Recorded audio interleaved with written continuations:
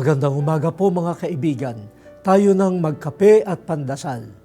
Ito po si Cardinal Chito Tagle ng Manila. Pagdasalan po natin, huwag itaboy ang kapwa. Sa pang-araw-araw na buhay, marami tayong itinataboy. Ang pakay ng pagtaboy ay para lumayo sa atin at harinawa hindi na lumapit muli.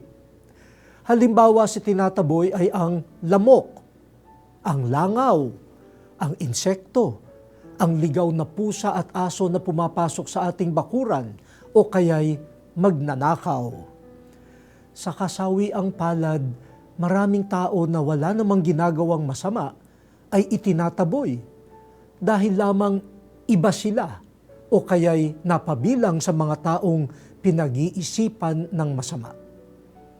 Isang biyayang natamo natin kay Jesus ay ang pagbagsak ng mga pader na naghahati-hati sa mga tao.